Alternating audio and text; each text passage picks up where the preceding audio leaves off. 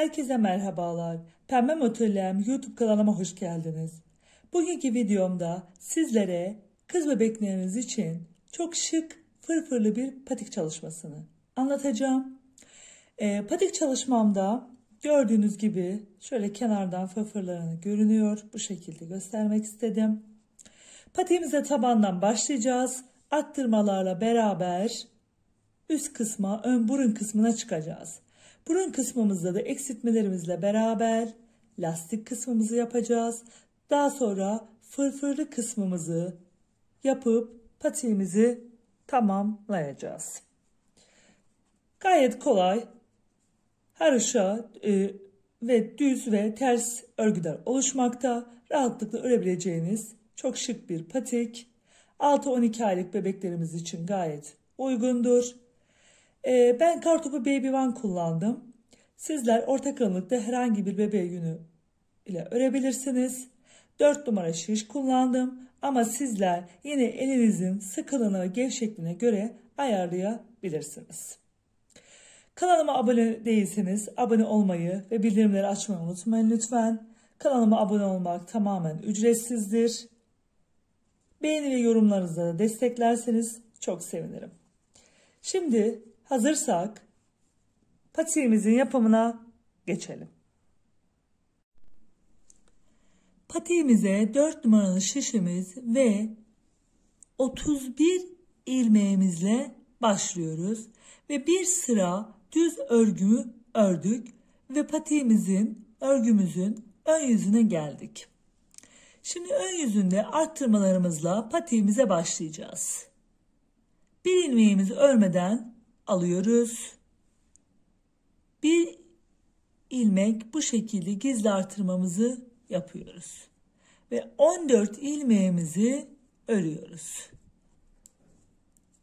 3, 4, 5, 6, 7, 8, 9, 10, 11, 12, 13 ve 14. Ve bir adet gizli artırma yapıyoruz.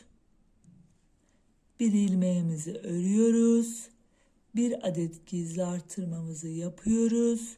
Ve yine 14 ilmeğimizi örüyoruz. 4, 5,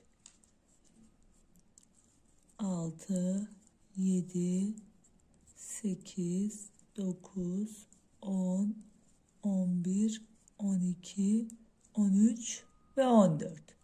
Ve diğer tarafta da bir ilmeğimiz kaldı. Yine bir gizli artırma yapıp bir ilmek örerek ilk arttırmamızı yapmış oluyoruz.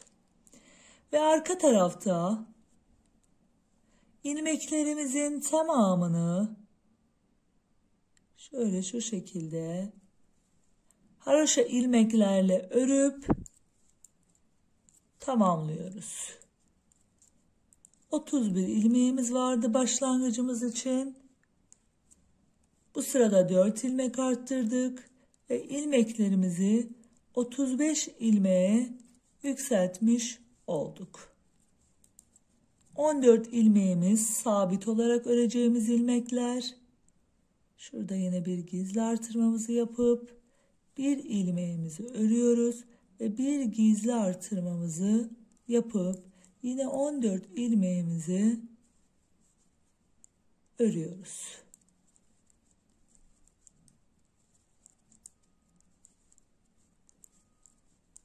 Sonda bir ilmek kalana kadar ilmeklerimizi öreceğiz ve arttırmamızı da haroşa örüp sıramızı tamamlayacağız. Şöyle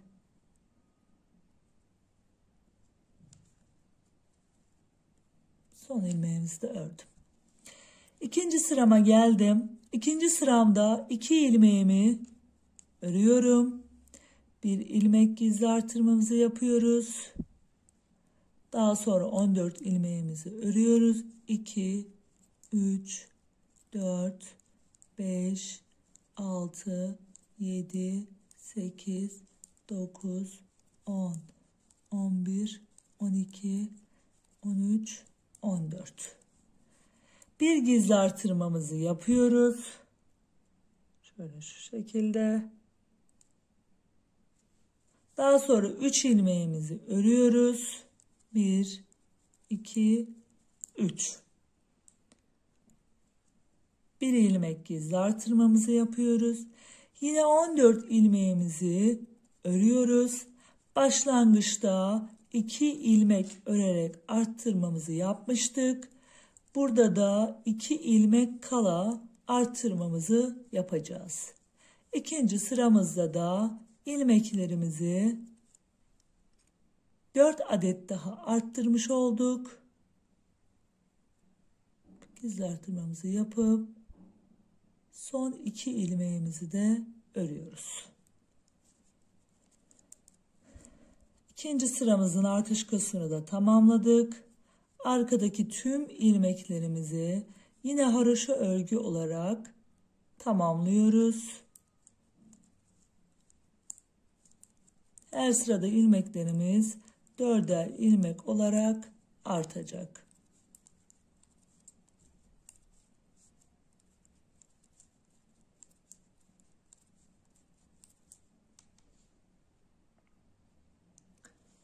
Üçüncü arttırım sırama geldim. 3 ilmeğimi kenardan örüyorum. 1 ilmek artışımı yapıyorum. Daha sonra 14 ilmeğimi örüyorum. 3, 4, 5, 6, 7, 8, 9, 10, 11, 12, 13, 14 ve bir gizli artırma yapıyorum. Daha sonra 5 ilmeğimi 1, 2, 3, 4, 5 örüyorum. Bir gizli artırmamı yapıyorum ve sabit olan 14 ilmeğimi örüyorum. Yine başlangıç kısmında 3 ilmek örerek ilmeklerimden artış yapmıştım. Şimdi de 14 ilmek örüp 3 ilmek kalıncaya kadar öreceğiz. 3 ilmek kalınca bir gizli artırmamızı yapıp 3. artış sıramızı da tamamlamış oluyoruz. Arkada yine ilmeklerimizin tamamını haroşa örgüden oluşacak şekilde örüyoruz. 4. gizli artırmamız için 4 ilmeğimizi örüyoruz. Ve tekrar artışımızı yapıyoruz ve 14 ilmeğimizi örüyoruz. 1, 2, 3, 4, 5, 6, 7, 8, 9, 10, 11, 12, 13, 14 ve gizli artışımızı yapıyoruz. Ve 7 ilmeğimizi örüyoruz. 1, 2, 3, 4, 5, 6, 7. Gizli artırmamızı yapıyoruz. 14 ilmeğimizi örüyoruz. Sonda 4 ilmeğimiz kalınca gizli artırmamızı yapıp 4. artış sıramızda bu şekilde tamamlamış oluyoruz.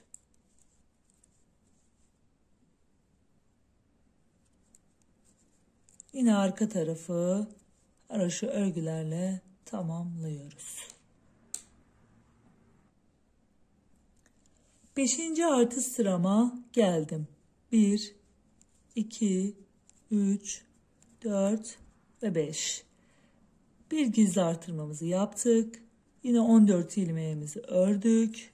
2, 3, 4, 5, 6, 7, 8, 9, 10, 11, 12, 13 ve 14.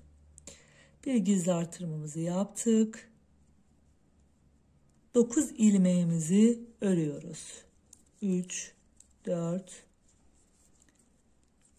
5, 6, 7, 8 ve 9. Bir gizli artırmamızı yapıyoruz ve sabit olan 14 ilmeğimizi tam örüyoruz ve son 5 ilmek kalınca gizli artırmamızı yapıp böylelikle 5. artışımızı da yapmış oluyoruz. 5 ilmek kaldı. Bir gizli artırma yapalım. Daha sonra ilmeklerimizi örüp sıramızı tamamlayalım. Yine arkada ilmeklerimizin tamamını haroşa örgü olarak örelim. 6. artış sırama geldim ve bu bizim son artış sıramız. Ve kenarda yine 6 ilmeğimizi örüyoruz. 2, 4, 5, 6. Bir gizli artırmamızı yapıyoruz. Daha sonra 14 ilmeğimizi örüyoruz. 1, 2, 3, 4, 5, 6, 7, 8, 9, 10, 11, 12, 13, 14. Bir gizli artırmamızı yapıyoruz ve 11 ilmeğimizi örüyoruz. 1, 2, 3, 4, 5, 6, 7, 8, 9, 10, 11. Yine bir gizli artırmamızı yapıyoruz. Tekrar 14 ilmek örüyoruz. Son 6 ilmek kalınca yine bir gizli artış yapacağız. Son artışımızı da bu şekilde yapmış oluyoruz. Bir gizli artırmamızı yapıp 6 ilmeğimizi örüyoruz. Böylelikle artışlarımızı bitirdik. Arkada ilmeklerimizin tamamını haroşa örgü olarak öreceğiz.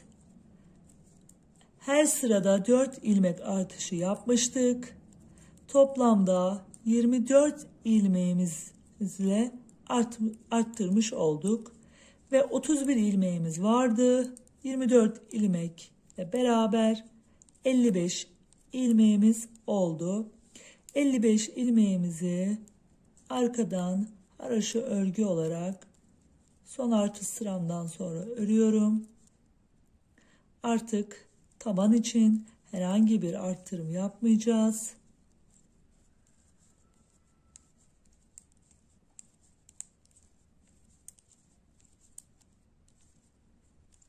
İsterseniz sizler daha büyük istiyorsanız ya da daha küçük bebekleriniz için artış sıralarınızı ona göre ayarlayabilirsiniz. 5 artış sırası ya da 7-8 artış sırası olacak şekilde yapabilirsiniz. Benim yapacağım ölçü için bu miktar artış yeterli olacaktır.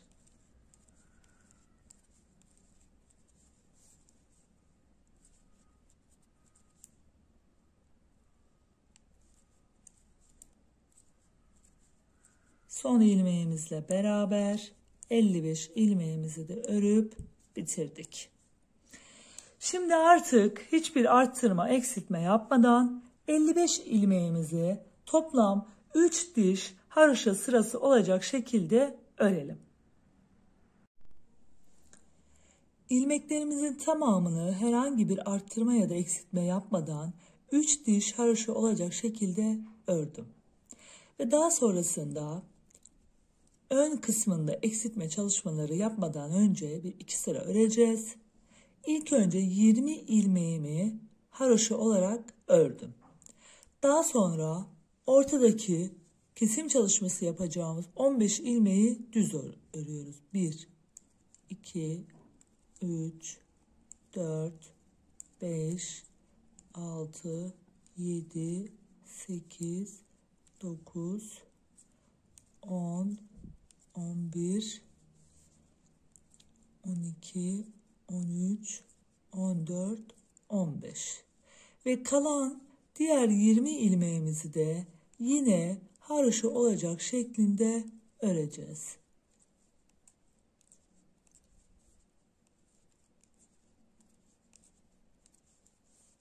Şöyle haroşalarımızı örelim. Daha sonra arka bölüme geçeceğiz.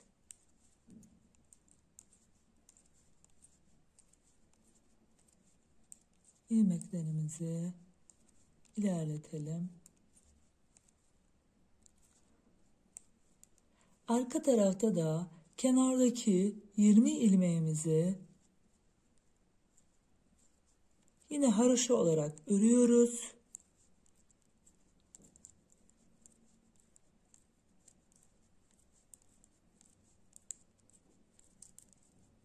Ortadaki 15 ilmeğimizi de ters ilmekli olarak öreceğiz. Şimdi hemen sayalım. 2, 4, 6, 8, 10, 12, 14, 16, 18, 19, 20. 15 ilmeğimizi için ipimizi kendi yönümüze alıyoruz ve ters olarak örüyoruz. Daha sonra 15 ilmeğimizi bitirdikten sonra 20 ilmeğimizi haroşa olarak örüp sıramızı tamamlayalım. Arka sırada ilmeklerimi tamamladım. Ön sıraya geldim. 20 ilmek haroşamı ördüm. Şimdi 15 düz ilmeğimin ilk 2 ilmeğini şu şekilde şöyle göstereyim. İç taraftan alarak kesim çalışması yapıyoruz. Daha sonra düz ilmeklerimizi 2 ilmek kalana kadar örüyoruz.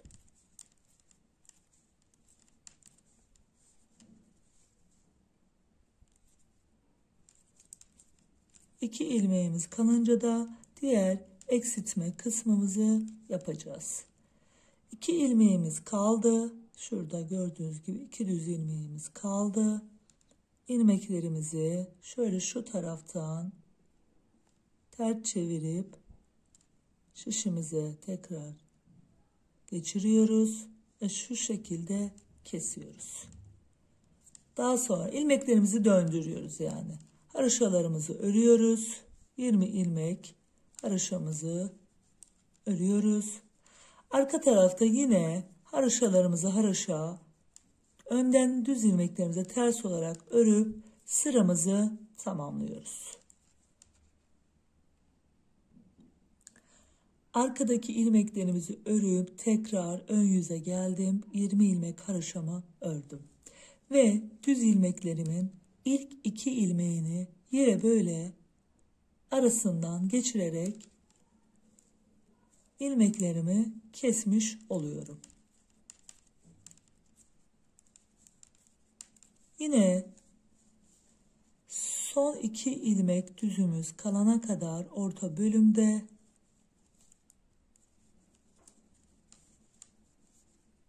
ilmeklerimizi tekrar döndüreceğiz. Şöyle. Daha sonra buradan kesimimizi yapacağız. İki tarafta da aynı böyle düz çizgiyi yürütmek için ilmeklerimizi döndürmemiz gerekiyor. Daha sonra 20 ilmek haroşamı öreceğim. Arkadan yine haroşalarımı öreceğim. Tersleri ters örüp yine ikinci kesimimi de bu şekilde tamamlayacağım. Daha sonra yine ön tarafa geleceğim. Yine 20 ilmek haroşamı örüp ilk 2 ilmeğimi ve son 2 ilmeğimi keseceğim. Ve son 3 ilmek kalana kadar bu işlemi tekrarlayacağım. Şu ön yüzde 3 ilmek düzümüz kalması gerekiyor. Kesim işlemlerimizi yaptım. Her iki kenarda ilmeklerimizi 20 haroşa olarak ördüm.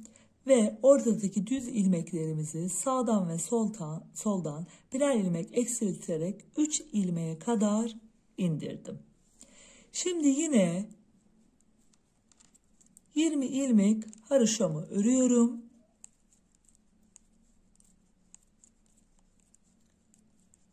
Kalan 3 ilmek düzümü tek seferde kesip kesim işlemlerimizi bitireceğiz. 20 ilmeğimi ördüm.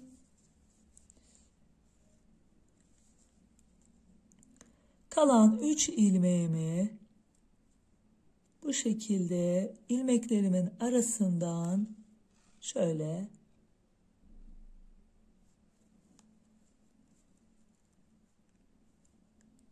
geçirerek keseceğiz. Şöyle şu şekilde. Daha sonra haroşa ilmeklerimizi örüp böylelikle kesim işlemlerimizi tamamlamış oldum. Orada kalan bir düz ilmeğimi de arka tarafta haroşa olarak öreceğim.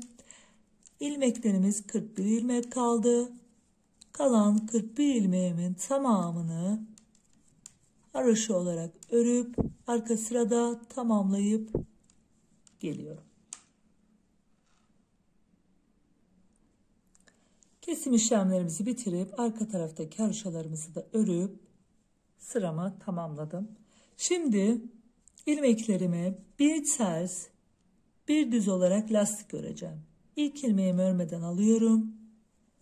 İkinci ilmeğimi ters örüyorum. Bir düz, bir ters. Bir düz, bir ters. Bir düz, bir ters. Lastik kısmımızı da bu şekilde başlatıyoruz. Bir düz, bir ters olarak örüyoruz. Kesim işlemlerimizi yapıp bitirdik. Patiğimizin bilek kısmına geldik.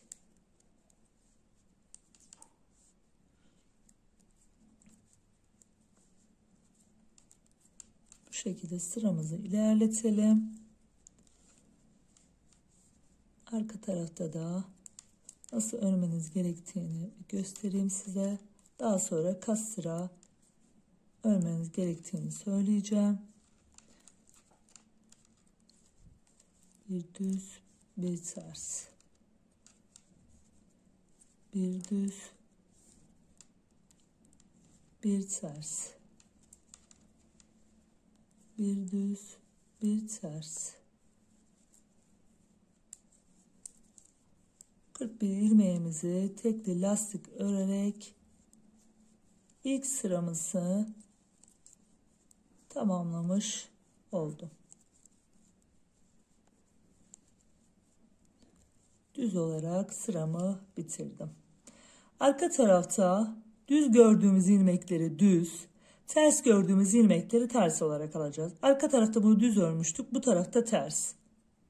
Örmeden alıyorum bu şekilde, ipimi diğer tarafa geçiriyorum ve düz olarak örüyorum. Daha sonra ters, düz, ters, düz. Bu şekilde sıramızı yine bir ters, bir düz olarak ilerletiyoruz. Toplamda 21 sıra olacak şekilde öreceğiz. Ve daha sonra pileli fırfırlı kısmımız için geleceğiz.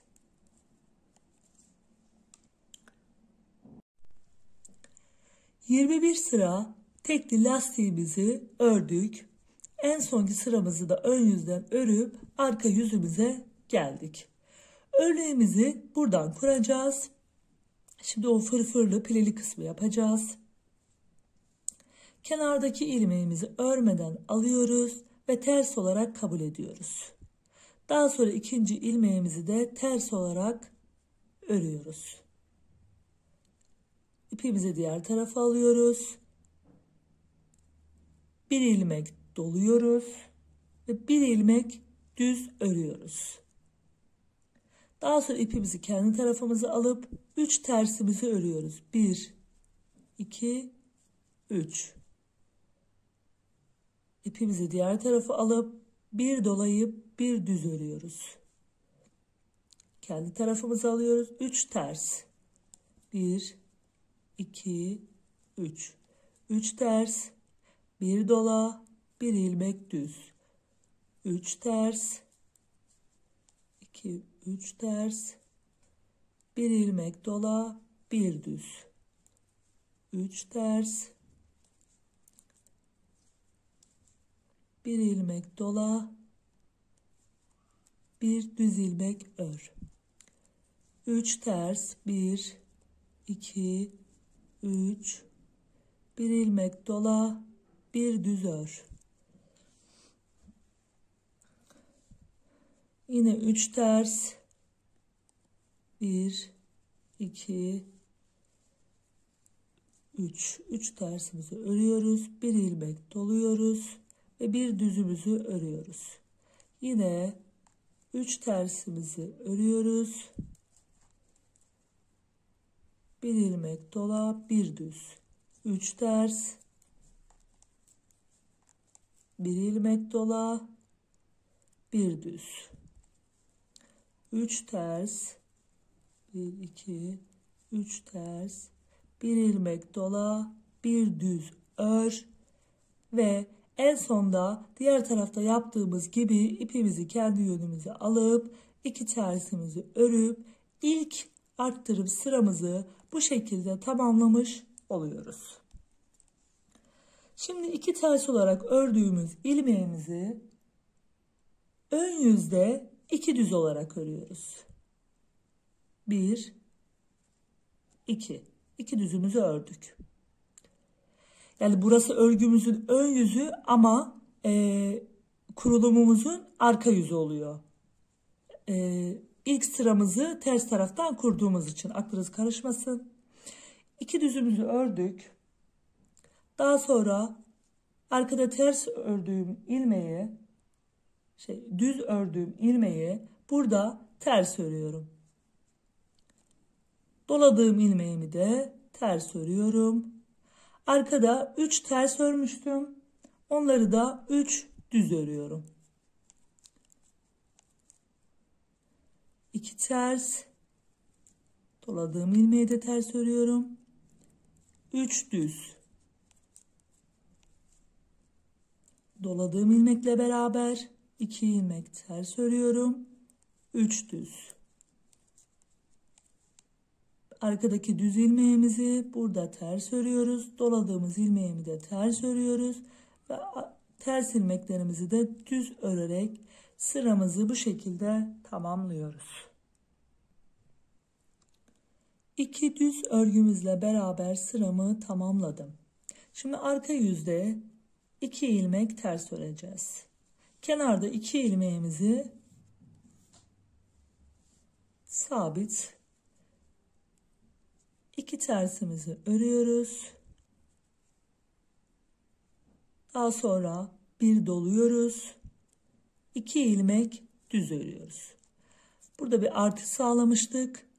O ilmeğimizin üstündeki ilmeğimizi de arka tarafta ters örmüştük. Burada düz öreceğiz. Daha sonra 3 ilmeğimiz var. 3 ilmeğimizi ters örüyoruz. İpimizi diğer tarafa alıyoruz. Bir dolayıp 2 ilmek düz örüyoruz. Bu sırada da 3 ters, 1 dola, 2 düz. 3 ters, 3 ters, 1 dola, 2 düz şeklinde sıramızı tamamlayalım.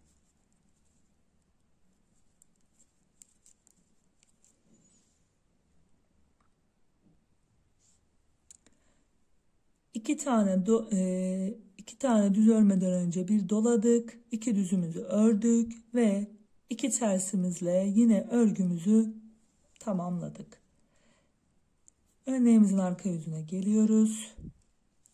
Arka yüze kenardaki ilmeklerimizi düz ilmek örüyoruz ve 2 ilmek ters örüp doladığımız ilmeği de ters örüyoruz. Daha sonra yine 3 düz örüyoruz. 2 ilmek ters, doladığımız ilmekte ters. Yani bu sırada 3 ilmek düzümüz, 3 ilmek tersimiz oluşmuş oluyor arttırımlarımızla beraber. Arka sıramı tamamladım. Yine ön yüzüme geldim. İlk ilmeğimi örmeden alıyorum. İkinci ilmeğimi de ters örerek alıyorum.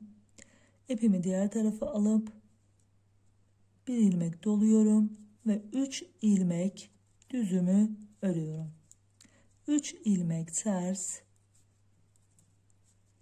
bir dola, 3 ilmek düz, 3 ilmek ters,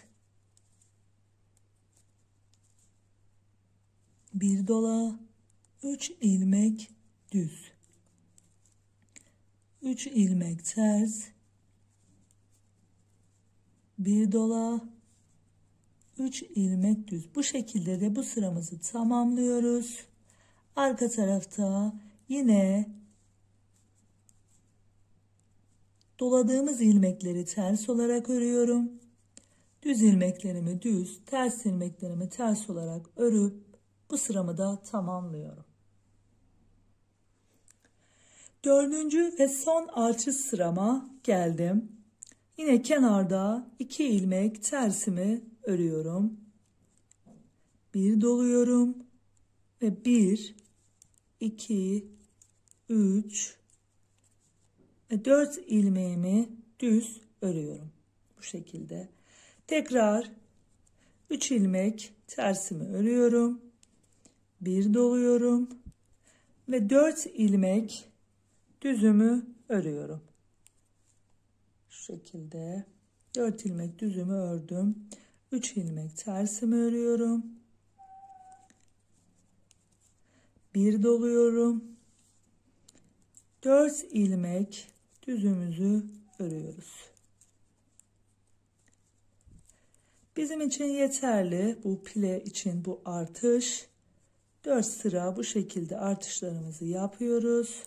Arka tarafta da ilmeklerimizi yine arttırdığımız ilmekle beraber aradaki ilmeklerimizi ters, düz gördüğümüz ilmekleri de düz şekilde örerek sıramızı tamamlayalım ve kesim çalışması için gelelim.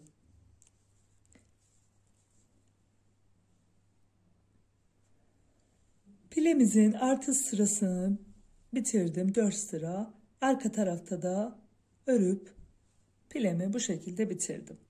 Gördüğünüz gibi örgümüzün yani pilemizin ön yüzüne geldim ve kesim çalışmasıyla pilemizi ve patiğimizi tamamlamış olacağız. Kenarda 2 ilmeğimiz vardı. Ters olarak örüyorum ve arkadaki ilmeği şöyle biraz ters ördüğüm için şöyle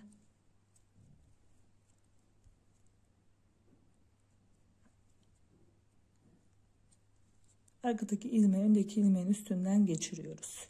Daha sonra düz ilmeğimizi örüyoruz. Arkadaki ilmeği öndeki ilmeğin üstünden geçiriyoruz. Böyle bu şekilde hem ilmeklerimizi örüyoruz. Düzünü düz, tersini ters, hem de kesim çalışmamızı yapıyoruz. Örerek kesim tekniğiyle kesim çalışmamızı yapıyoruz. Şöyle şu şekilde ters gördüğümüz ilmeği ters örüyoruz. Bu şekilde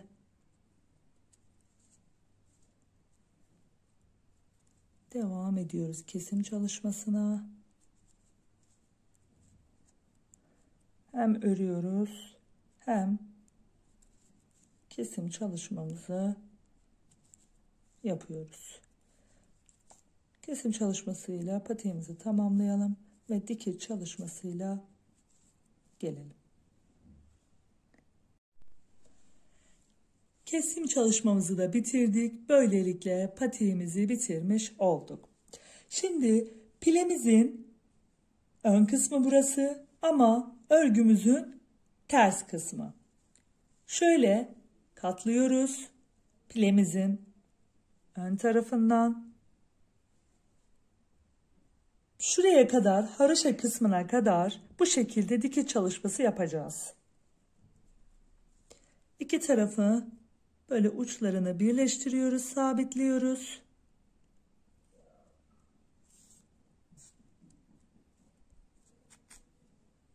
Şöyle sabitledim. Şöyle şu şekilde. Daha sonra şöyle yakından göstermeye çalışacağım. Bir bu taraftan, bir diğer taraftan olacak şekilde karşılıklı olarak dikim çalışmasını yapacağız. Şöyle aradan ilmeklerimizden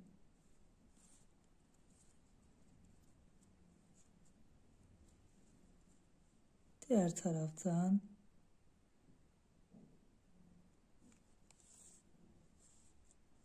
yine bu taraftan bir diğer parçadan bir bu taraftaki parçadan olacak şekilde şuradaki haroşa kısmımıza kadar bu şekilde dikelim ve gelelim. Haroşaya kadar dikişimi tamamladım. Daha sonra örgümün çeviriyorum. Şu şekilde ve gördüğünüz gibi düz tarafına gelmiş oluyoruz. Bundan sonra da şöyle haroşalarımızdan karşılıklı olarak dikim çalışmalarını patiğimizin ön yüzünden yapıyoruz. Şuralardan şöyle yine tekrar şöyle yakından göstermeye çalışıyorum. Bu şekilde dikim çalışmasını haroşalarımızdan kenar ilmeklerimizi alarak tamamlıyoruz. Taban kısmını da yine böyle karşılıklı olarak dikim çalışmasıyla tamamlıyoruz. Burayı o şekilde dikmemizin sebebi şuradaki birazcık böyle dikiş çalışması belli oluyor. Onu pileyi yaptığımızda iç tarafa saklamak. Şimdi ben bu patiğimin dikiş çalışmasını tamamlayacağım. Daha sonra patiğimin diğer tekini de örüp patiklerimin son haliyle geleceğim. Patiğimi dikişleriyle beraber diğer tekini de örerek tamamladım. Çok şık bir patik oldu. Sizler de kız bebekleriniz için istediğiniz renklerde örebileceğiniz çok şık bir patik. Sağlıcakla ve esenlikle kalın. Bir dahaki videomda görüşmek üzere.